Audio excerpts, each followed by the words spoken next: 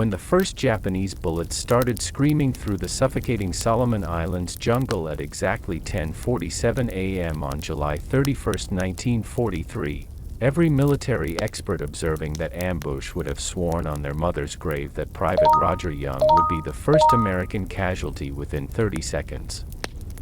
After all, this was a soldier who squinted through damaged eyes that couldn't clearly identify targets beyond 20 feet, who constantly cupped his hand behind his ear just to catch basic verbal commands, and who had somehow managed to deceive Army medical examiners about disabilities so severe they should have disqualified him from military service forever. Yet what this disabled soldier accomplished when that perfectly orchestrated Japanese ambush erupted would not only save 11 American lives in the most spectacular fashion imaginable, it would fundamentally revolutionize how military leaders understood human potential, completely rewrite textbook definitions of battlefield effectiveness, and provide irrefutable proof that sometimes our most devastating weaknesses can be transformed into our most lethal weapons when courage, determination, and love for others forged them into something extraordinary beyond all comprehension. The oppressive morning air hung in the New Georgia jungle like a suffocating blanket woven from humidity so thick it made every breath feel like slowly drowning in warm honey. Private Rodger Young adjusted his regulation steel helmet for what must have been the 200th time since dawn, the rough leather chin strap chafing mercilessly against skin that had been rubbed raw and bloody by weeks upon weeks of constant wear in the tropical hell that defined the Pacific theater of operations. His standard-issue Army fatigue uniform, originally manufactured in regulation olive green cotton and delivered to him crisp and clean from the quartermaster stores, now hung on his increasingly lean frame like a second skin constructed entirely of sweat-soaked fabric, permanently stained dark with layers of perspiration, blood, and the inevitable jungle rot that plagued every single American soldier attempting to fight and survive in this green nightmare of humidity, insects, disease, and death. But it wasn't the crushing oppressive heat that reached temperatures of 95 degrees Fahrenheit every single day, nor was it the suffocating humidity that hovered constantly near 100% saturation that truly made Rodger Young fundamentally different from every other soldier marching in his 12-man reconnaissance patrol through enemy-controlled territory.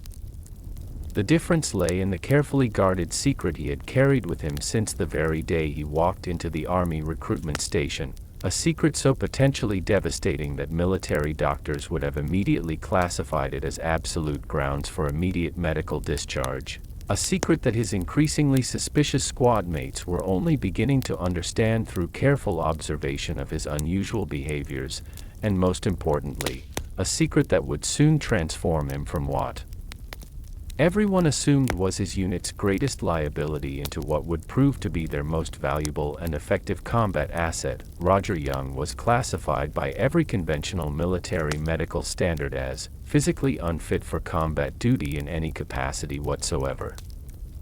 A catastrophic high school football injury that occurred during what should have been a routine tackle in his senior year had caused severe damage to both his optic nerve structures and the delicate mechanisms of his inner ear, leaving him with vision so severely compromised that he could barely read street signs at 20 feet and hearing so damaged that he routinely missed half the orders shouted during even basic training exercises conducted in optimal conditions. According to every regulation, every military medical guideline, and every standard operating procedure, he should never have been allowed within 1,000 miles of any combat zone, let alone carrying a rifle through enemy territory where split-second reactions and perfect sensory awareness often meant the difference between life and death. Yet here he was, moving with careful deliberation through hostile Japanese-controlled territory alongside a patrol that depended absolutely on sharp eyesight, keen hearing, and instant recognition of threats for their very survival. The other men in his squad, initially confused by his obvious physical limitations, had eventually nicknamed him Lucky, not because they believed he possessed any particular good fortune, but because they simply could not understand or explain how someone with such obvious and severe sensory limitations kept consistently spotting enemy threats, detecting ambush preparations, and identifying dangers that remained completely invisible to everyone else in the unit, including veteran soldiers. With years of combat experience and supposedly perfect vision and hearing, what his squad mates didn't know, couldn't possibly have known, was the extraordinary lengths to which Rodger had gone to conceal his disabilities and secure his place in the military. They had no knowledge of the eye examination charts he had painstakingly memorized letter by letter, line by line, during weeks of preparation before his physical examination.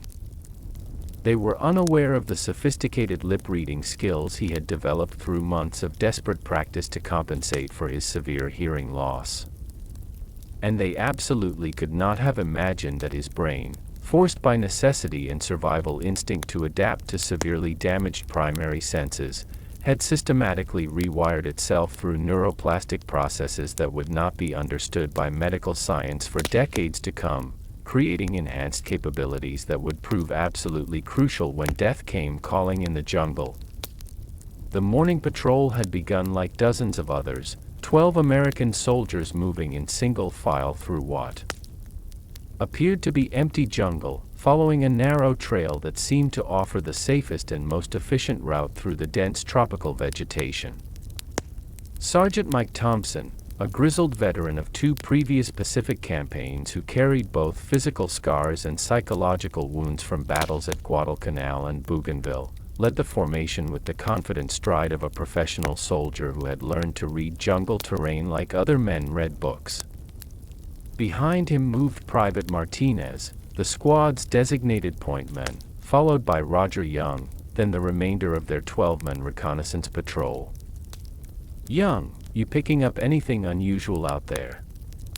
Sergeant Thompson whispered, his voice barely audible over the constant symphony of jungle sounds that included buzzing insects, rustling leaves, distant bird calls, and the countless other noises that created the audio landscape of tropical warfare. Thompson had learned through hard experience to trust his soldiers' instincts, particularly when those instincts came from Rodger Young, whose seemingly impossible ability to detect hidden threats had already saved their lives on multiple previous occasions. Rodger squinted through the complex maze of green vegetation that stretched ahead of them, his severely damaged eyes struggling to process the intricate patterns of filtered sunlight, dancing shadows, and subtle movements that characterized jungle terrain. To most military observers, his careful scanning would have appeared to be nothing more than educated guesswork combined with desperate hope. To his squad mates, who had learned through repeated experience to trust his uncanny accuracy in threat detection, it represented just another example of abilities they could neither understand nor explain but had come to depend upon for their survival. "Something's not right about this area, Sarge," Rodger replied after several long moments of intense concentration, his voice carrying the quiet confidence of a soldier who had learned through painful trial and error to be absolutely certain of his assessments before speaking. "The bird patterns changed about 200 yards back, and there's no natural environmental reason for the shift. The insect sounds are different too, like something significant has been disturbing the normal acoustic rhythm of this section of jungle. And look at the vegetation distribution." He paused, pointing toward specific areas that appeared completely normal to everyone else in the patrol. "Those bushes at our 10 o'clock position and the cluster at 2 o'clock, they're positioned with too much symmetry to be natural growth. Someone has been moving vegetation around, probably to create concealed positions. And that fallen log at our 11 o'clock. The moss growth pattern doesn't match the surrounding decay rates. It's been repositioned recently, probably within the last 72 hours. Sergeant Thompson felt an immediate chill run down his spine despite the oppressive tropical heat that made every movement feel like swimming through warm soup. In his 3 years of Pacific combat experience, fighting through some of the most difficult terrain and dangerous situations the war had produced, he had developed an almost supernatural respect for subtle warning signs, environmental anomalies, and most importantly, the combat instincts of soldiers who had proven their reliability under fire. More specifically, He had learned to trust Rodger Young's seemingly impossible ability to detect threats and dangers that remained completely invisible to everyone else, including experienced soldiers with supposedly perfect sensory capabilities. "What's your assessment, Young?" Thompson asked, keeping his voice low enough to avoid potential enemy detection while moving his hand toward his rifle in preparation for possible immediate action. "I'm thinking we just walked into the most carefully planned and professionally executed killing ground I've ever encountered," Rodger replied, his damaged eyes continuing to scan the surrounding jungle with an intensity that seemed to penetrate shadows and vegetation through sheer force of concentrated will. "This isn't random enemy activity or opportunistic positioning, Sarge. This is professional military engineering. Someone has been preparing this exact location for days, possibly weeks, with the specific intention of eliminating American patrols. Every detail has been planned, every angle calculated, every possible response anticipated and countered." As if summoned directly by Rodger's prophetic words, the jungle around them suddenly erupted into absolute chaos. The first shots came from every direction simultaneously, creating a coordinated symphony of violence that shattered the oppressive jungle silence like a thunderclap powerful enough to physically assault the eardrums. Japanese Type 99 light machine guns opened fire from carefully concealed positions established on three sides of the American patrol, their distinctive rapid-fire chatter easily distinguishable from American weapons to any soldier with combat experience. The sound was not merely deafening, it was a terrifying cacophony composed of bullets snapping through leaves at supersonic speeds, high-velocity rounds splintering bark from trees, ricochets screaming off rocks with metallic shrieks, and the continuous, mechanical rhythm of automatic weapons designed specifically for killing human beings with maximum efficiency. Private Bobby Martinez hit the jungle floor with such violence that his M1 Garand rifle flew completely out of his hands, clattering into a tangle of thick vines several feet away where it immediately became almost impossible to retrieve under fire. Private Johnson rolled desperately toward what appeared to be a fallen log that might provide minimal cover, his heart hammering against his ribs like a trapped animal while bullets impacted the decaying wood with solid, meaty sounds that spoke eloquently of death traveling at nearly 3,000 feet per second. Sergeant Thompson, instinctively reaching for his radio equipment to call for immediate artillery support, felt a Japanese bullet tug sharply at his uniform sleeve before he managed to throw himself into a shallow depression in the jungle floor that offered momentary protection from the devastating crossfire that was designed to eliminate their entire patrol within the first 60 seconds of contact. The carefully planned and meticulously executed Japanese ambush was unfolding exactly as designed by professional military strategists who understood jungle warfare with deadly precision. Within the first 10 seconds of contact, according to every tactical manual and every logical military assessment, the American reconnaissance patrol should have been completely decimated, caught helplessly in interlocking fields of automatic weapons fire that left absolutely no avenue of escape, retreat, or effective response. The dense tropical vegetation that had initially appeared to offer natural cover and concealment for advancing American forces was now revealed to be an elaborate trap, channeling the patrol members into predetermined killing zones where Japanese machine gunners could eliminate them with methodical precision while remaining completely safe from return fire. But something absolutely extraordinary was happening that defied every tactical manual, challenged every assumption about combat effectiveness under extreme stress, and demonstrated capabilities that military strategists would spend decades trying to understand and replicate, while his squad mates scrambled desperately for cover in what appeared to be complete panic, trying frantically to identify enemy positions through the chaos of flying bullets, explosive noise, and visual confusion created by muzzle flashes and smoke. Rodger Young was moving with purpose, precision, and tactical awareness that seemed absolutely impossible for someone with his documented physical limitations. His severely damaged senses, which according to every military medical assessment should have made him the most vulnerable and ineffective member of the patrol under combat conditions, were somehow providing him with battlefield intelligence and situational awareness that exceeded anything his supposedly normal squad mates could achieve even under optimal conditions. Martinez. Rodger's voice cut through the battle noise with startling clarity and unmistakable command authority, carrying a tone of leadership that seemed to emerge from nowhere and everywhere simultaneously. Machine gun nest at our 11 o'clock position, range approximately 40 yards. 3-man crew operating from an elevated platform constructed behind that cluster of dead branches. Suppressive fire immediately, short, controlled bursts to keep their heads down.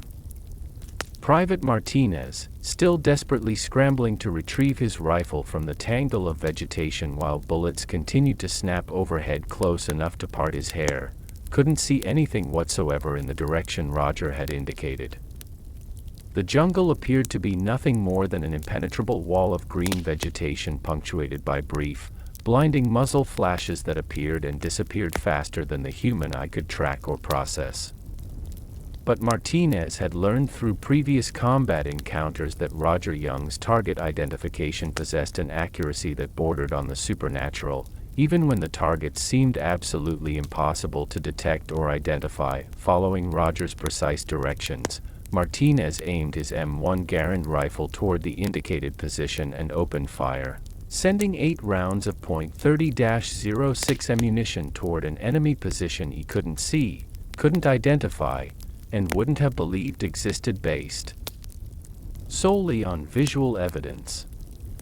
The distinctive metallic ping of an empty M1 rifle clip being automatically ejected was immediately followed by a very human scream of pain and the sudden, dramatic silence of a Japanese machine gun that had been firing continuously only seconds before. Johnson. Rodger continued without pause, his voice maintaining the same impossible calm and professional precision despite the absolute chaos surrounding their position on all sides. Sniper in the tall tree, straight ahead, range approximately 50 yards. He's using the large broken branch as a stable rest for his rifle. Single shot, make it count, don't waste ammunition on multiple rounds. Private Johnson, pressed flat against the jungle floor with bullets impacting so close to his position that dirt and debris were actually hitting his steel helmet, followed Rodger's direction with the desperate faith of a soldier who had learned to trust his squad mates' impossible accuracy even when logic and common sense suggested it was hopeless. He carefully aimed his rifle at the specified location and squeezed off one carefully planned shot toward a target that remained completely invisible to his normal vision. The result was immediate and dramatic. A Japanese soldier tumbled from his concealed sniper platform more than 30 feet above the ground, his rifle falling separately through the jungle canopy and landing with a distinctly metallic crash that was clearly audible even above the ongoing firefight. The enemy sniper's body crashed through multiple layers of branches and vegetation before hitting the jungle floor with a sound that left no doubt about the effectiveness of Johnson's shot. What was happening defied every conventional understanding of battlefield performance under extreme stress, every assumption about the relationship between physical capability and combat effectiveness, and every military theory about sensory requirements for successful target acquisition and engagement. The soldier who should have been the first casualty based on logical assessment was instead demonstrating tactical awareness, target identification capabilities, and battlefield leadership that exceeded the performance of soldiers with supposedly perfect vision, hearing, and physical condition. But the most shocking and transformative revelation was yet to come, and it would change military thinking about human potential forever. As the ambush continued to develop and intensify around them, something became increasingly clear that would revolutionize military understanding of human adaptability, combat effectiveness, and the true relationship between perceived disability and actual battlefield capability. Rodger Young wasn't simply surviving the carefully planned and professionally executed Japanese attack through luck, chance, or desperate improvisation. He was systematically dismantling it with tactical precision, strategic thinking, and battlefield awareness that seemed to derive from supernatural sources but was actually the result of neurological adaptation that medical science was decades away from understanding. Williams, Jackson. Rodger called out over the continuous gunfire, his voice somehow carrying with perfect clarity despite the acoustic chaos created by multiple automatic weapons, explosions, and the general pandemonium of jungle combat. Flanking movement to the left side, but maintain low profile and use that fallen tree trunk for cover during your movement. There's a sniper position covering that exact approach route, large tree with the distinctive split trunk, range approximately 60 yards from your current position. When you move fast and don't stop until you reach those rock formations. Davis, Rodriguez, he continued without any apparent pause or hesitation, somehow maintaining complete tactical awareness of the entire three-dimensional battlefield while bullets continued to snap overhead and enemy positions continued to pour fire into their general area. Suppressive fire on the bunker position at our 2 o'clock, short, controlled bursts only, don't waste precious ammunition, just keep their heads down long enough for the flanking team to maneuver into better position. What his squad mates couldn't understand, what military researchers wouldn't fully comprehend for decades to come, was that Rodger's disabilities had forced his brain to develop compensatory mechanisms that created enhanced battlefield intelligence far superior to normal human capabilities. His damaged vision had trained him to focus with laser-like intensity on movement patterns, light variations, and subtle environmental anomalies that soldiers with normal eyesight would simply overlook or dismiss as unimportant background information. His compromised hearing had developed hypersensitive recognition of acoustic signatures that allowed him to distinguish between different weapon types with mathematical precision, calculate distances based on sound delay with surveyor-like accuracy, and even estimate enemy troop strength and coordination based on the rhythm, timing, and coordination of their weapons' fire. Most remarkably, his brain had learned to process spatial relationships in 3 dimensions with computer-like precision, creating detailed mental maps of battlefield terrain that allowed him to track multiple enemy positions simultaneously while calculating optimal routes for friendly forces to maneuver safely through what appeared to be impossible terrain under devastating enemy fire. The Japanese commanders, observing the developing battle from their carefully positioned elevated command post that had been specifically located to provide optimal oversight of their killing ground, simply could not comprehend what they were witnessing through their field glasses and optical equipment. Their ambush had been designed with mathematical precision by professional military engineers who understood jungle warfare with deadly effectiveness. Every angle had been calculated, every field of fire predetermined, every possible American response anticipated and countered with specific tactical solutions.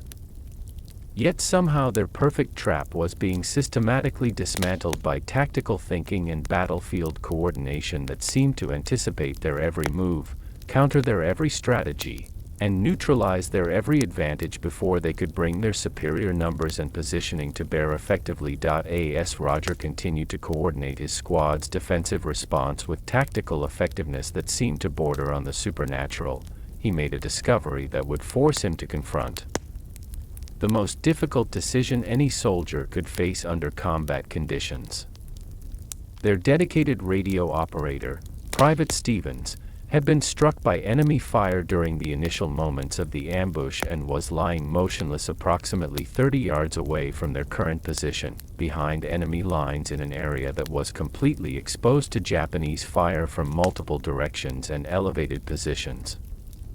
Stevens had been hit by accurate Japanese rifle fire during the very first seconds of contact, before anyone in the American patrol had managed to identify adequate cover, positions, or establish any kind of coordinated defensive response to the surprise attack.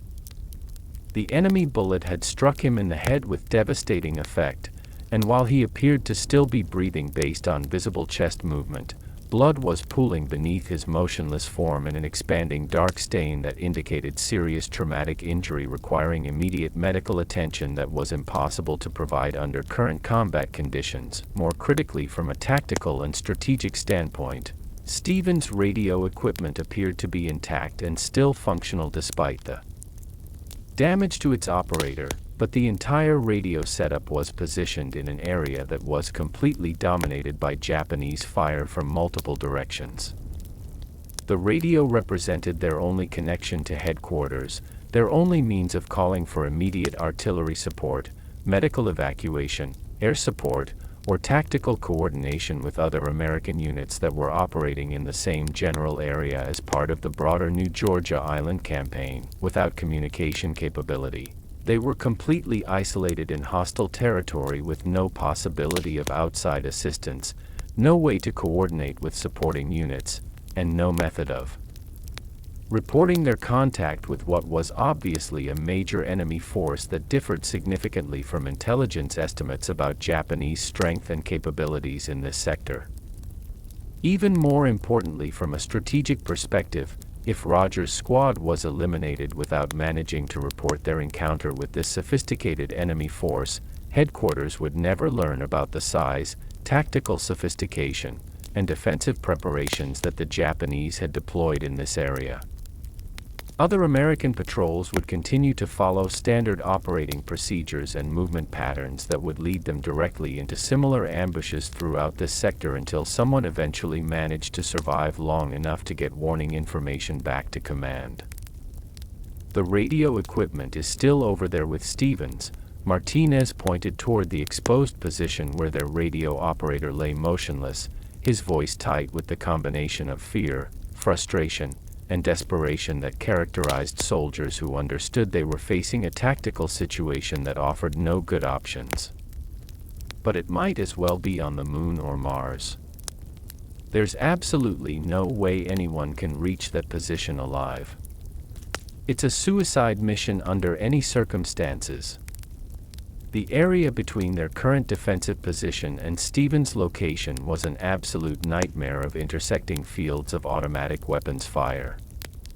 Japanese machine gun crews had positioned their weapons specifically to cover any approach to that exact area, while elevated sniper positions provided additional coverage from angles that would make any movement attempt visible and vulnerable to multiple enemy shooters simultaneously. According to every tactical manual, every military training scenario, and every logical assessment of battlefield conditions, attempting to reach that radio would constitute suicide for any soldier regardless of their physical capabilities, training level, or combat experience. That's when Rodger Young made a decision that would echo through military history, redefine concepts of heroism and sacrifice for generations of soldiers yet to come, and demonstrate that true courage has absolutely nothing to do with physical perfection and everything to do with spiritual determination to serve something greater than individual survival. "I'm going for that radio," Rodger announced quietly, his voice carrying a calmness and certainty that seemed absolutely impossible given the circumstances they faced and the obvious mathematical impossibility of the mission he was proposing. The reaction from his squad mates was immediate, unanimous, and completely predictable based on their understanding of both the tactical situation and Rodger's physical limitations. "Are you completely insane? You'll never make it 10 yards, let alone 30. You can barely see 20 feet in good conditions, and your hearing is so damaged you miss half of what we say to you during normal conversations. This is exactly the kind of mission that requires absolutely perfect senses, perfect reflexes, and perfect physical condition." But Rodger had already calculated the odds with the same methodical precision and analytical thinking that he brought to every tactical decision, and he understood something that his brothers couldn't understand based on their own experience and perspective. Sometimes the most dangerous mission is the only one worth attempting when the stakes involve the lives of people you care about more than your own survival. And sometimes the soldier who seems least qualified for a particular task is actually the one most likely to succeed when success depends on capabilities that aren't measured by standard military medical examinations. What happened next would be studied in military academies around the world for decades as the definitive example of how human determination, when focused by love for others and commitment to duty, can transcend physical limitations to achieve what appears to be absolutely impossible. According to every logical assessment, Rodger Young began crawling across the deadly stretch of jungle floor with Japanese bullets cutting through the air inches above his head, each high-velocity round close enough that he could feel the actual displacement of air as it passed by with lethal speed. Every few yards, he would freeze completely motionless as enemy fire intensified around his position, pressing his body into the earth with his face buried deep in rotting vegetation, insects, and jungle debris while machine gun rounds searched for him with the mechanical persistence of automated death. His approach to this seemingly impossible mission was methodical, disciplined, and demonstrated tactical thinking that would impress professional soldiers with decades of combat experience and advanced military education. When enemy firing patterns shifted due to ammunition changes, crew rotations, or tactical adjustments, he would resume his forward movement with the patience and precision of a professional hunter stalking the most dangerous prey imaginable. When Japanese grenades exploded nearby, showering him with dirt, debris, and potentially lethal fragments, he would wait for the acoustic confusion to settle before continuing his advance toward the radio position. His severely limited vision actually became a tactical advantage in this specific environment and situation.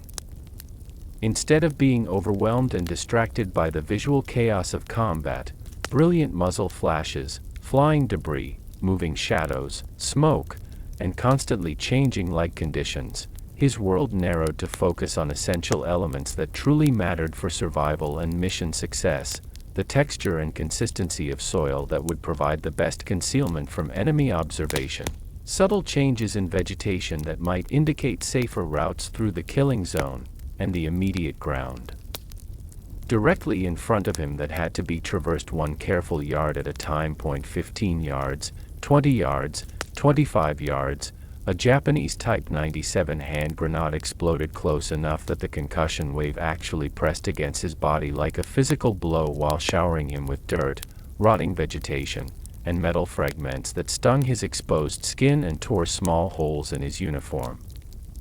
The explosion was followed immediately by a concentrated burst of machine gun fire that stitched a precise line of bullet holes in the jungle floor just to his left, each impact throwing up small fountains of earth that filled the air with dust, debris, and the distinctive metallic smell of disturbed soil mixed with gunpowder. But Rodger kept moving forward with mechanical determination that seemed to transcend normal human responses to fear, pain, and the immediate proximity of violent death.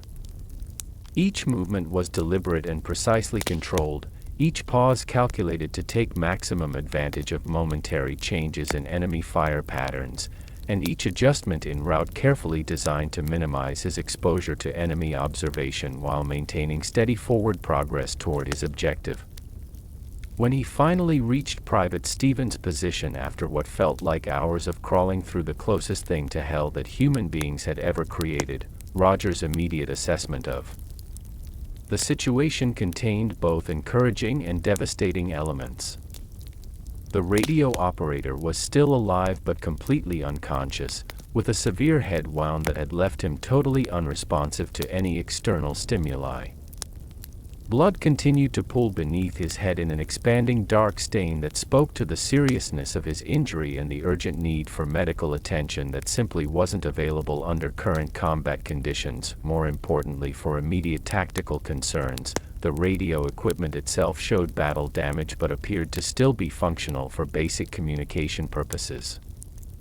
The antenna had been bent by shrapnel impact and the protective casing showed several cracks along one side, but the power indicator light continued to glow steadily, and when Rodger carefully adjusted the frequency controls with trembling hands, he could hear faint static mixed with occasional voice transmissions that indicated an open communication channel to headquarters remained available.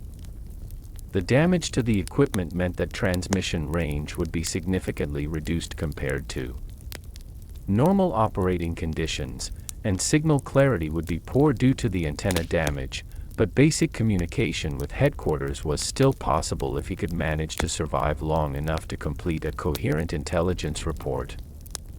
More critically, the radio was still capable of transmitting the vital intelligence about enemy strength, positions, and tactical capabilities that could save other American units operating in this sector and coordinate the artillery support that might allow his squad to escape from this carefully planned killing ground. Now came the choice that would define the remainder of his life, however long or short that might prove to be under the circumstances. Making a radio transmission from his current position would immediately reveal his exact location to every Japanese soldier within miles of his position. Radio direction finding was standard operating procedure for enemy forces throughout the Pacific Theater, and triangulating the source of a radio transmission could be accomplished within minutes by trained operators using equipment that was readily available to Japanese forces.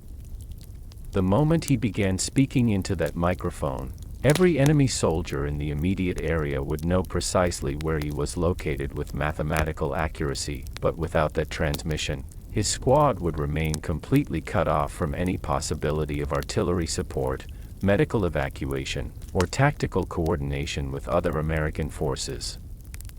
More importantly, the crucial intelligence he had gathered about Japanese tactics, troop strength, defensive preparations, and overall capabilities would die with him if he didn't find some way to get that information to headquarters before it was too late to be useful for protecting other American units operating in this sector. Rodger keyed the microphone with hands that showed only the slightest tremor despite everything he had endured to reach this position, and made the choice that separates ordinary soldiers from those whose names are remembered long after their bodies have returned to dust and their individual stories have been absorbed into the larger narrative of human courage and sacrifice. Base, this is Patrol 7 Alpha. Rodger's voice was steady, professional, and betrayed none of the chaos, violence, and mortal danger that surrounded him on all sides. We have encountered major enemy force at grid coordinates 347 to 512. Initial assessment indicates reinforced company strength with prepared positions and coordinated defensive strategy that suggests extensive planning and professional military leadership. The response from headquarters came immediately, crackling through damaged speakers with the urgency that characterized radio communications in active combat zones. Patrol 7 Alpha, this is Base. We have been attempting to establish contact with your unit for over 20 minutes. What is your current tactical situation and immediate requirements? As Rodger continued his detailed intelligence report, describing enemy positions, estimated troop strength, weapons capabilities, and tactical coordination with the precision of a trained military analyst, Japanese soldiers throughout the area began zeroing in on his transmission with the systematic efficiency of professional soldiers who understood that eliminating American radio communication was absolutely essential to the success of their carefully planned ambush operation. Bullet impacts started appearing closer and closer to his position as enemy gunners adjusted their aim based on sound triangulation, muzzle flash detection, and systematic area coverage designed to locate and eliminate the source of the radio transmission. Base, enemy forces have been planning and preparing this ambush for a minimum of 72 hours based on physical evidence of position construction, supply positioning, and tactical coordination, Rodger continued, his voice remaining calm and professionally precise despite the fact that bullets were now impacting within feet of his position and enemy soldiers were clearly closing in on his location with deadly intent. Multiple machine gun nests have been established with interlocking fields of fire, elevated sniper positions provide coverage of all apparent escape routes, and the overall tactical sophistication suggests battalion-level planning and coordination rather than random encounter or opportunistic positioning. A Japanese sniper bullet shattered bark from the tree trunk just inches from Rodger's head, sending wood fragments flying that cut small scratches across his face and left ear. Machine gun rounds began impacting all around his position with increasing accuracy as enemy gunners concentrated their fire on the source of the radio transmission. The Japanese forces were closing in rapidly from multiple directions, and he could hear voices shouting coordinates in Japanese as they systematically directed concentrated fire toward his location. But Rodger wasn't finished with his intelligence report. He had more critical information to transmit, and American lives throughout this sector depended on headquarters receiving accurate, complete, and actionable intelligence about what they were facing in this area. Base pattern analysis of enemy positions and tactical approach suggests that similar prepared ambush sites have been established throughout this entire operational sector, Rodger continued, his voice carrying the professional precision and analytical clarity of a trained intelligence specialist despite the fact that bullets were now impacting within arm's reach of his position and enemy soldiers were clearly approaching his location from multiple directions simultaneously. Recommend immediate suspension of all routine patrol activity in grid squares 340 through 350 until this entire sector can be cleared with concentrated artillery support and coordinated infantry assault operations. The radio crackled with increasing interference as enemy fire began targeting the radio equipment itself in addition to its operator. The voice from headquarters returned with obvious tension and concern. 7 Alpha. We copy your intelligence assessment and tactical recommendations. Can you provide specific targeting coordinates for immediate artillery fire mission to support your withdrawal and eliminate identified enemy positions? This was the moment that would test everything Rodger Young had learned about duty, sacrifice, honor, and the true meaning of service to country and commitment to the men who had become his brothers through shared danger and mutual dependence. Providing artillery coordinates on his own position was essentially calling in his own death sentence with mathematical precision. The high explosive rounds that would eliminate the Japanese ambush positions and save his squad would also eliminate him, but those same rounds would also save his squad members and provide the destruction of enemy capabilities that could prevent similar ambushes from succeeding against other American forces throughout this operational sector. Base. This is Private Rodger Young, service number 3782461, Rodger replied, his voice carrying across the radio waves with crystalline clarity despite the absolute chaos of battle that surrounded him on all sides. I am providing precise coordinates for danger close artillery fire mission on my current position. Fire mission coordinates are grid reference 347 to 512. Elevation 150 meters above sea level. Target description is reinforced enemy company in prepared defensive positions with interlocking fields of fire and elevated observation posts. There was a significant pause in the radio transmission. When the voice from headquarters returned, it carried a tone that indicated the radio operator clearly understood exactly what Rodger was requesting and the implications of that request for the soldier making it. 7 Alpha, please confirm that you are requesting artillery fire mission on your own position. Repeat, please confirm that you are calling for danger close artillery fire on your current coordinates. That is affirmative, base. Danger close artillery fire mission on my current position, Rodger confirmed without hesitation or qualification. My squad members are clear of the impact area and withdrawing to safety, but I am remaining in position to adjust fire if necessary and provide battle damage assessment for follow-up operations. What Rodger couldn't say over an open radio channel that might be monitored by enemy forces, was that he was buying time with his life in the most literal sense possible. Every minute that he maintained this position and continued to occupy Japanese attention was another minute for his brothers to reach relative safety. Every second that he continued transmitting was another piece of intelligence that could save American lives in future operations throughout this sector and possibly throughout the entire New Georgia Island campaign. What Rodger Young said next would be recorded, transcribed, and remembered by military historians as one of the most powerful and moving expressions of courage, sacrifice, and love for fellow soldiers in the entire documented history of warfare. Base, before you commence the artillery fire mission, I want to transmit some personal information that I need to have recorded in official records. Rodger's voice remained steady and clear even as Japanese soldiers approached his position from multiple directions, their shouts growing louder and more urgent with each passing second as they closed in on the source of the radio transmission that was providing crucial intelligence to American forces. Please transmit to my mother, Mrs. Helen Young, currently residing at 412 Elm Street in Tiffin, Ohio, that I fulfilled my duty to my country and to my fellow soldiers, and that I did so with pride and honor, Rodger continued, his words carrying clearly across the radio waves despite the increasing volume of enemy fire around his position. Please tell her that the boy who couldn't see straight and couldn't hear right finally found a way to serve his country effectively after all, and that the football injury she worried about so much actually turned out to be a blessing in disguise. Japanese soldiers were now clearly visible through the jungle vegetation, moving in coordinated fire teams with the tactical precision that characterized elite military units as they systematically closed in on his position from multiple directions simultaneously.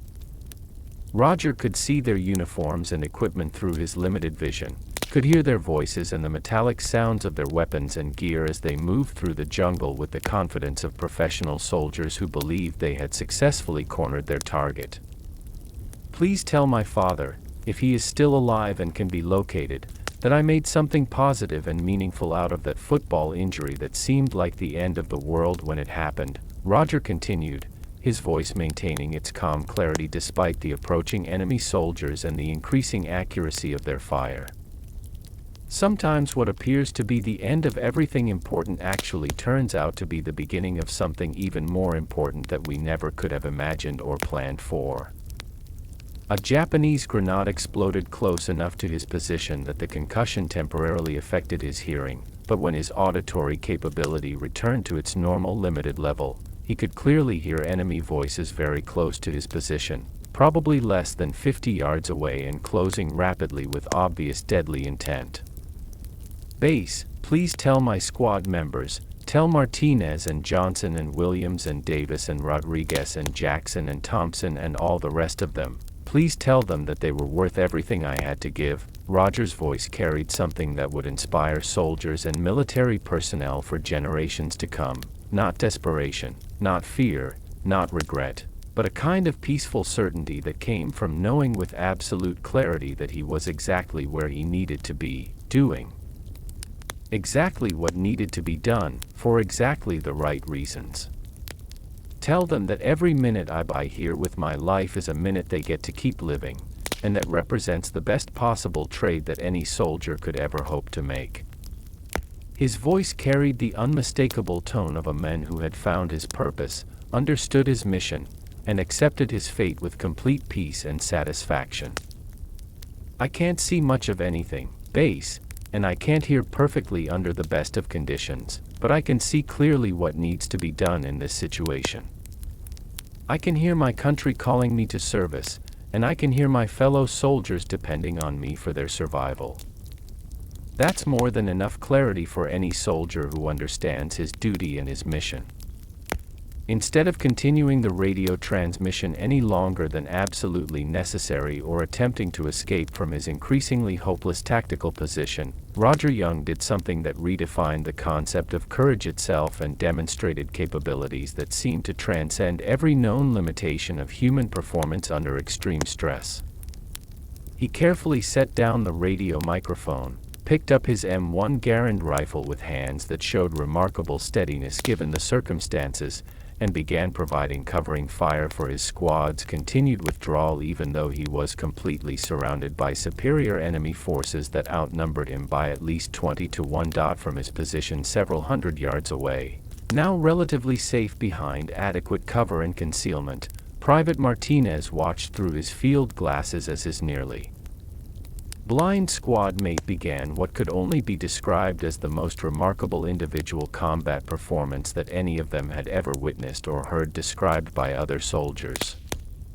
Each shot that Rodger fired was deliberate, carefully aimed, and devastatingly effective, forcing enemy soldiers to take cover and disrupting their coordinated assault even when they possessed overwhelming numerical superiority and tactical advantage. "He's not trying to escape," Martinez whispered to Sergeant Thompson, who was being treated for his shoulder wound behind the protective cover of a large fallen tree. "He's not even trying to survive this engagement. He's buying us time to get away safely, and he's going to keep buying that time with his life until there's no more time left to buy and no more life left to spend." What happened during the next several minutes defied every military manual that had ever been written, challenged every tactical doctrine that had ever been taught, and contradicted every assumption about what was humanly possible when facing mathematically impossible odds under the most extreme combat conditions imaginable. Rodger Young moved systematically from position to position around the radio site, using whatever natural cover was available while firing precisely aimed shots that demonstrated marksmanship skills that seemed absolutely supernatural for someone with his documented visual limitations and physical constraints. His severely damaged vision, which everyone had assumed would make accurate shooting completely impossible under combat conditions, had actually trained him to focus with laser-like intensity on target acquisition while automatically filtering out the visual distractions, movement, and confusion that often caused soldiers with supposedly perfect eyesight to waste ammunition by firing at shadows, muzzle flashes, or other non-target phenomena during combat. His compromised hearing, which should have prevented him from detecting and tracking enemy movement with any degree of accuracy, had developed hypersensitive recognition of acoustic patterns that allowed him to locate, track, and engage multiple targets simultaneously based purely on sound signatures and movement patterns that were completely undetectable to soldiers with normal hearing capabilities. Most remarkably of all, his brain's systematic compensation for severely damaged primary senses had created a form of enhanced spatial awareness and three-dimensional tactical thinking that allowed him to maintain complete situational awareness and tactical control of the immediate battlefield area despite being massively outnumbered, outgunned, and surrounded on all sides by professional enemy soldiers with superior equipment and positioning. Japanese soldiers began attempting to overwhelm his position through the application of pure numerical superiority, approaching from multiple directions simultaneously in a coordinated assault that no single individual should have been able to repel for more than a few seconds under any conceivable circumstances. But even as enemy troops closed in on his location with mathematical inevitability, Rodger continued to fight with systematic precision and tactical effectiveness that maximized every precious second that his squad had available to reach safety and complete their withdrawal to friendly lines.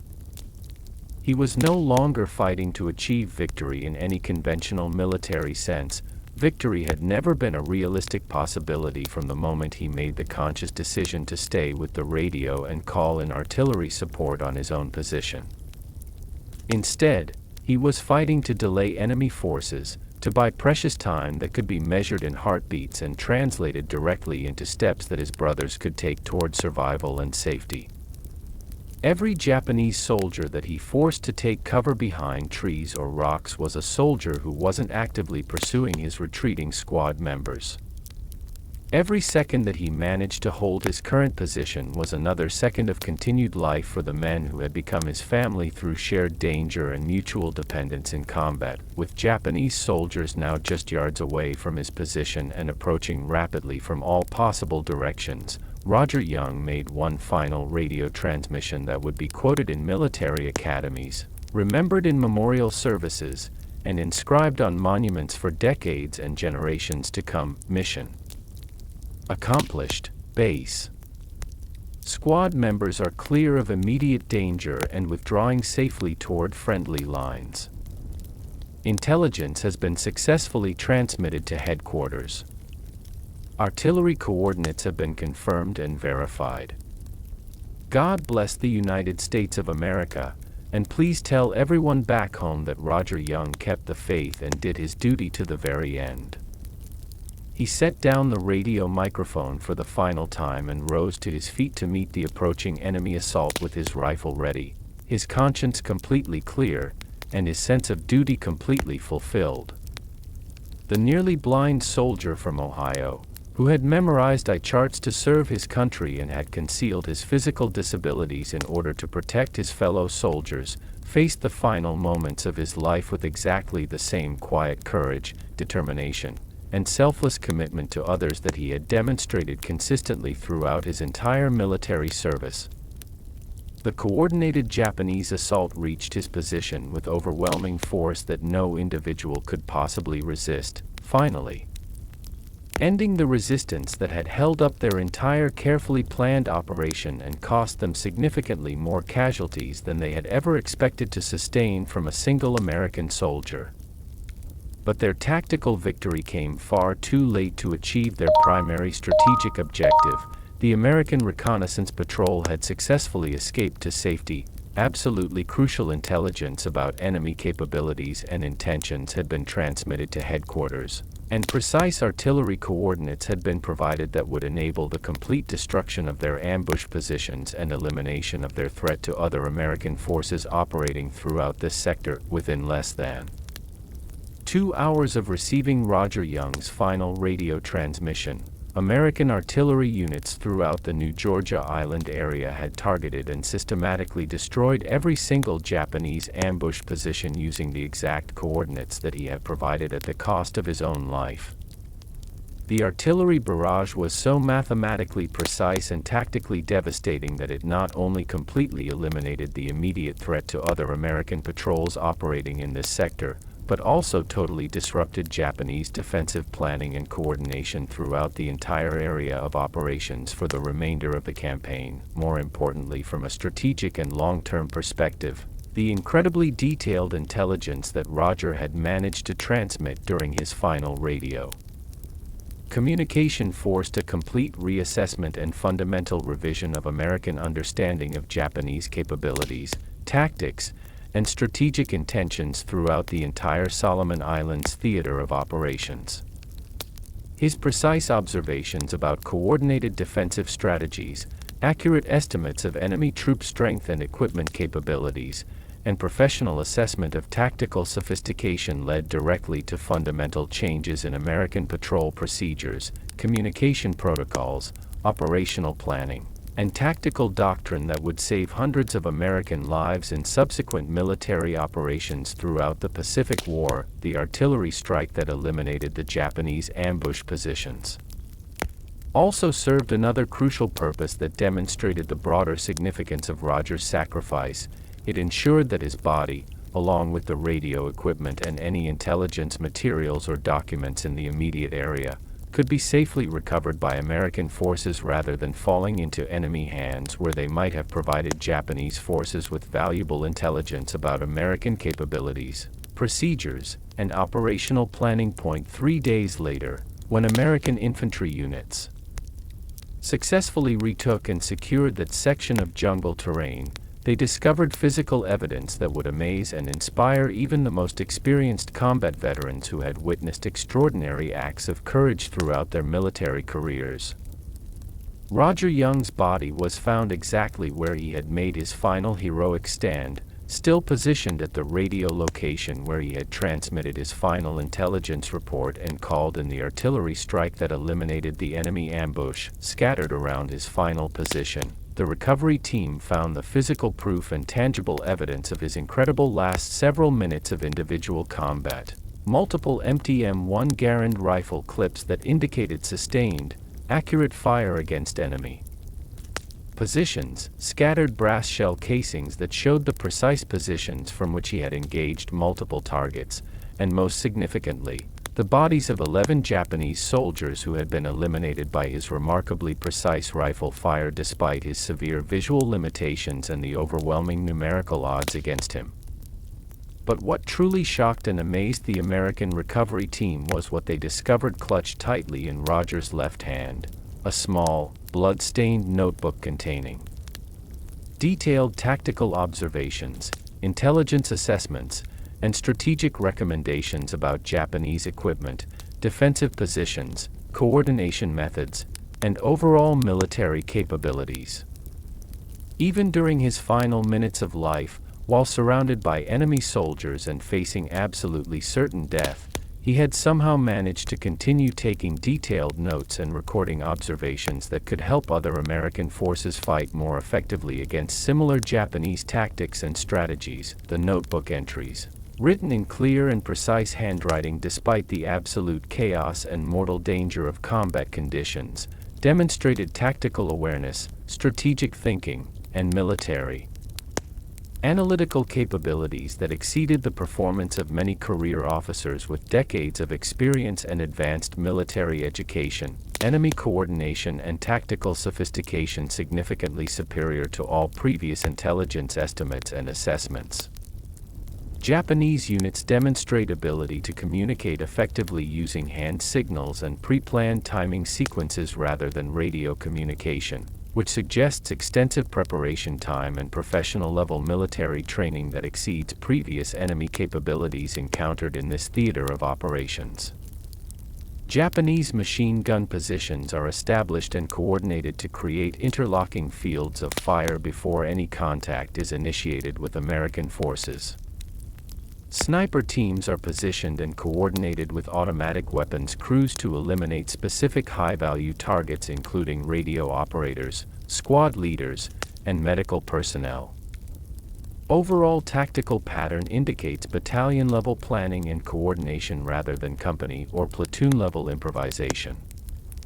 Current American patrol procedures and standard operating practices are too predictable and routine, making American units unnecessarily vulnerable to this type of prepared ambush. Strong recommendation for immediate implementation of irregular patrol timing, varied movement routes, enhanced communication security protocols, and improved coordination with artillery and air support elements.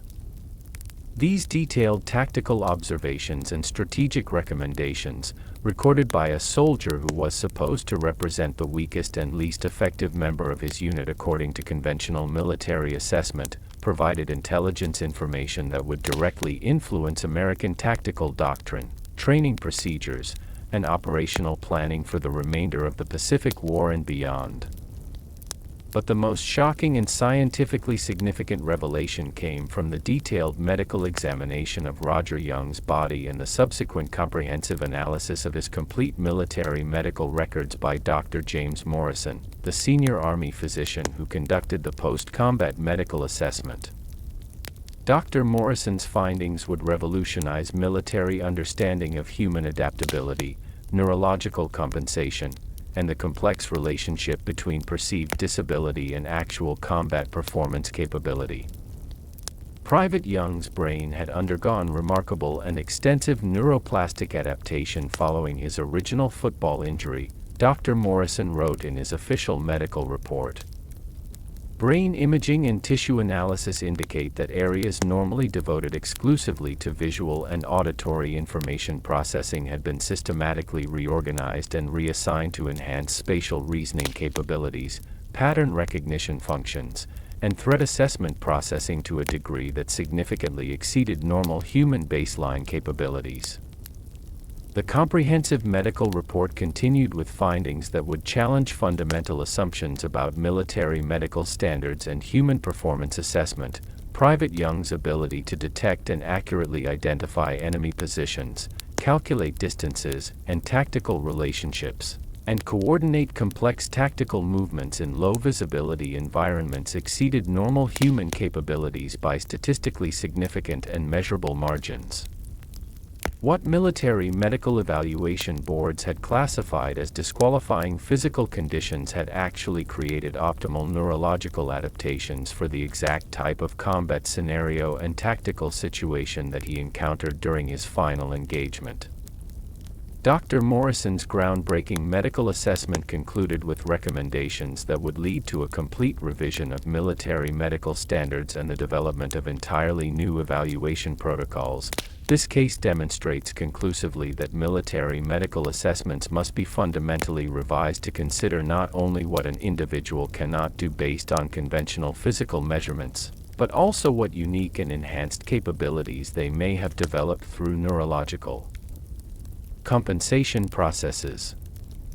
Private Young's case provides irrefutable evidence that certain types of sensory impairment can actually create enhanced combat effectiveness under specific environmental and tactical conditions.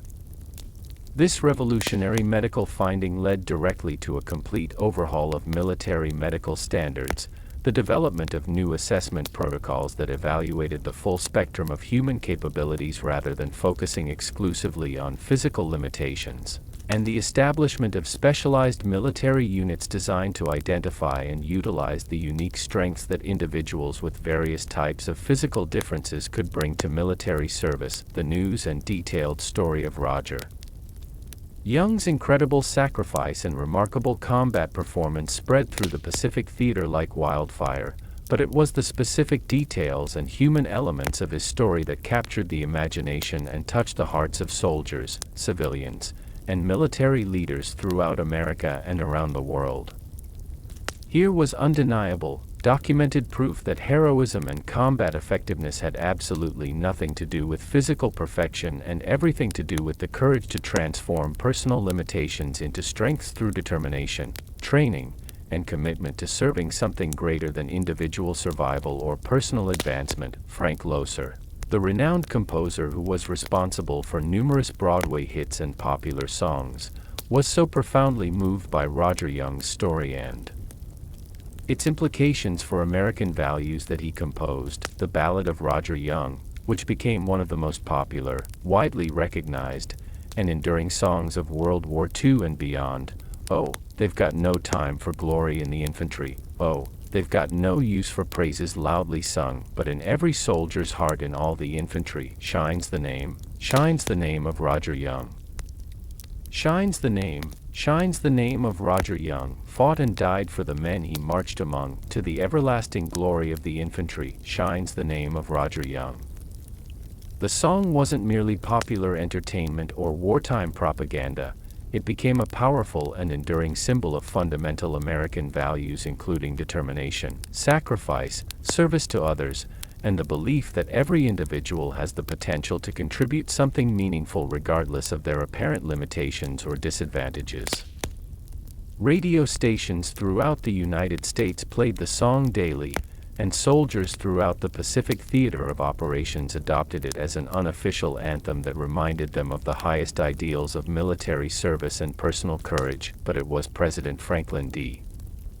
Roosevelt's remarks during the Medal of Honor ceremony that truly captured the broader significance and deeper meaning of Rodger Young's story for American society and the world. Private Young represents something that makes America special and unique among the nations of the world, the president said, his words broadcast live to millions of listeners across the nation and around the world. He represents the fundamental American truth that what you cannot do does not matter in the slightest if you do everything you possibly can with whatever capabilities you have been given. He represents the distinctly American belief that our greatest strength as a people comes not from our individual perfections, but from our collective determination to serve something greater than ourselves despite our individual imperfections and limitations. The Medal of Honor citation, read in full during the White House ceremony, officially recognized not just Rodger's individual sacrifice but also the broader implications of his story, for conspicuous gallantry and intrepidity at the risk of his life above and beyond the call of duty.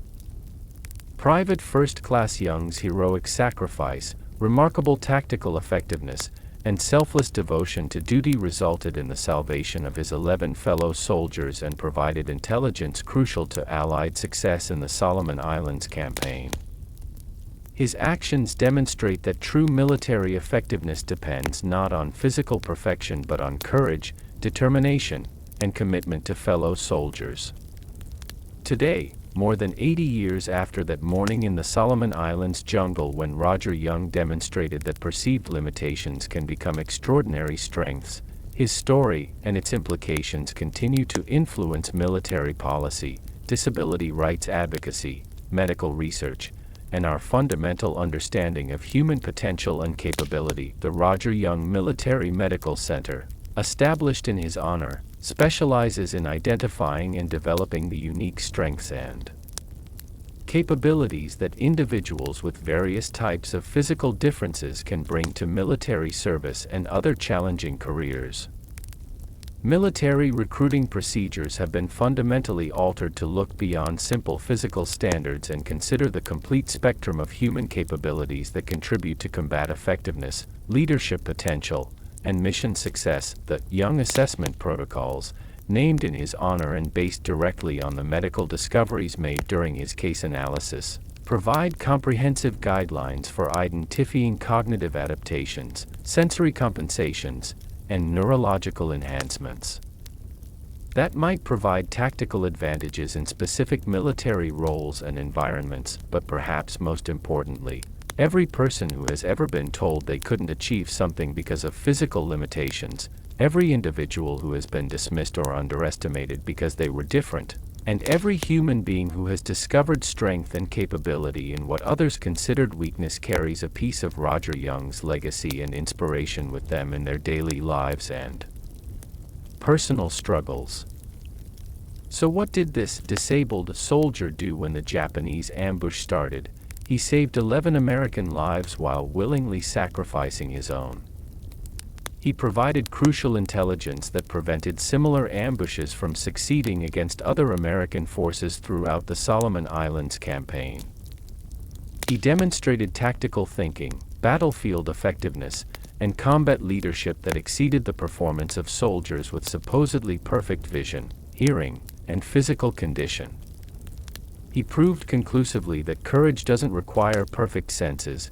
It requires perfect determination to use whatever capabilities you have been given in service of something greater than yourself. Most importantly, he showed the world that being different doesn't make you weak, inadequate, or less capable. Sometimes it makes you exactly what the world needs most in its darkest moments. His disabilities weren't obstacles to overcome or limitations to compensate for.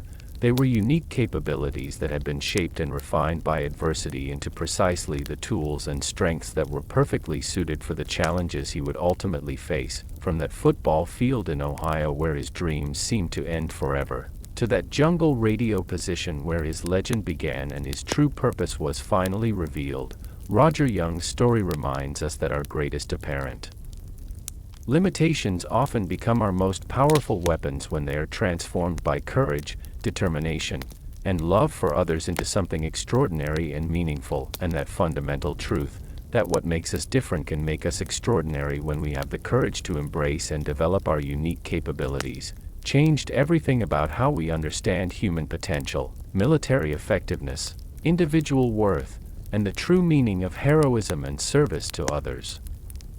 In memory of Private Rodger W. Young, 1932 to 1943, whose story proves that heroes aren't born perfect, they're forged by the courage to transform their imperfections into their greatest strengths. Sometimes what the world calls disabled is actually uniquely gifted, in ways that matter most when courage and sacrifice are needed. He couldn't see everything, but he saw what mattered most clearly. He couldn't hear everything, but he heard his country calling perfectly. And when he answered that call with everything he had, he changed everything we thought we knew about human potential and the true meaning of strength.